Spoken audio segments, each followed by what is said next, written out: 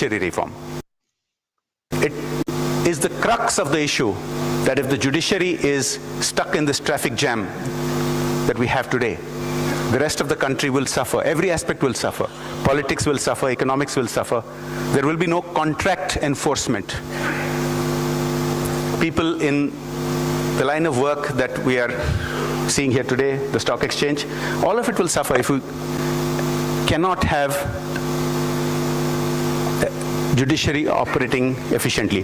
There has been a PhD level study in a European university which shows that if India's judiciary were to be made efficient, the GDP would grow an extra 2% annually.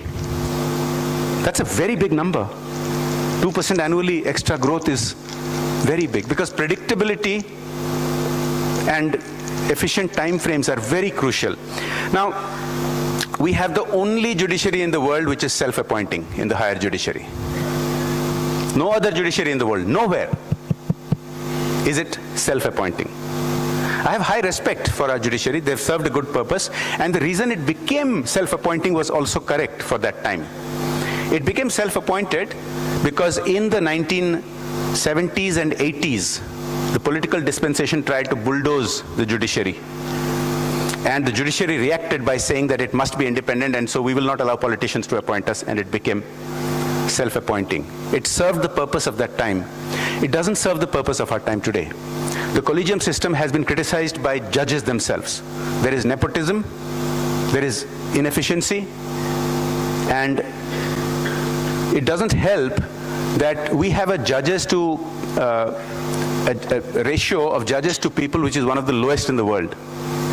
We have only 13 judges at all levels per million population.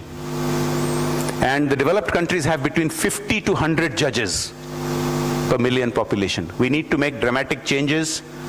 The NJAC, the National Judicial Appointments Commission, which had been put up in Parliament in 2015, was struck down by the Supreme Court, which I think was a tragedy, because it is one example where all parties came together. And it was modeled on the UK Judicial Appointments Commission, which is very fair. And it's ironic that here also, it was a check and balance system that was put in. It was not this government was appointing. You had a government nominee, you had opposition nominee, and you had the Chief Justice and his nominees. In fact, the judges actually had enough on the board to have a veto. That means even if government and opposition got together, they could not bulldoze and appoint a judge. It would require government, opposition, and some members of the judges to agree. And even that they did not agree. So I think it becomes difficult when the judiciary itself is not open to reforming. But we need drastic reform. Otherwise, this country, despite every other aspect, is going to suffer on many counts. Two ideas I have proposed is to have fast-track courts for crimes against women and to have allegations against politicians, sitting politicians. So the Supreme Court did a very good thing, which we politicians were not doing, is to disqualify a sitting MP or MLA who becomes convicted. But that conviction process takes sometimes decades. And fast-track courts do actually work. It's ironic, fast-track courts were started about 14, 15 years ago, and the central government stopped funding many of them.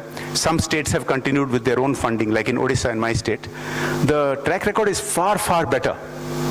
They're quite rigidly tuned to not having more than 3 adjournments.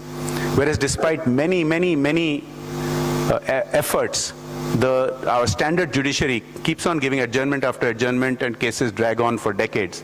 So if you look at the statistics and you look at the track record, fast-track courts do actually work. And if you can do 2-3 areas, such as crimes against women and allegations against sitting elected politicians, this will have a disproportionately good effect. Some people say, why should you have fast-track courts for only these 2 areas? Because cleaning up these 2 areas is going to have a tremendously disproportionate good effect on the rest of the country, on politics, on economics, on cleanliness in public life. My final point I wish to make before I wind up is, what radical ideas are we going to think of? I'm sure Rajiv will add his share of radical ideas. One idea that's getting a lot of been writing about it for some months is called a universal basic income, UBI. And What it says is, this actually has originated elsewhere, that automation and technology is going to destroy a lot of jobs. And you can see that today. Today we have 7.1% growth rate in India, but the job creation is much less than when we had 7% earlier. The reason is, 20 years ago, late 90s, if you had 7.1% growth rate, you would get a certain number of jobs created. Today, with 7.1% growth rate, you will not have the same number of jobs created because of automation.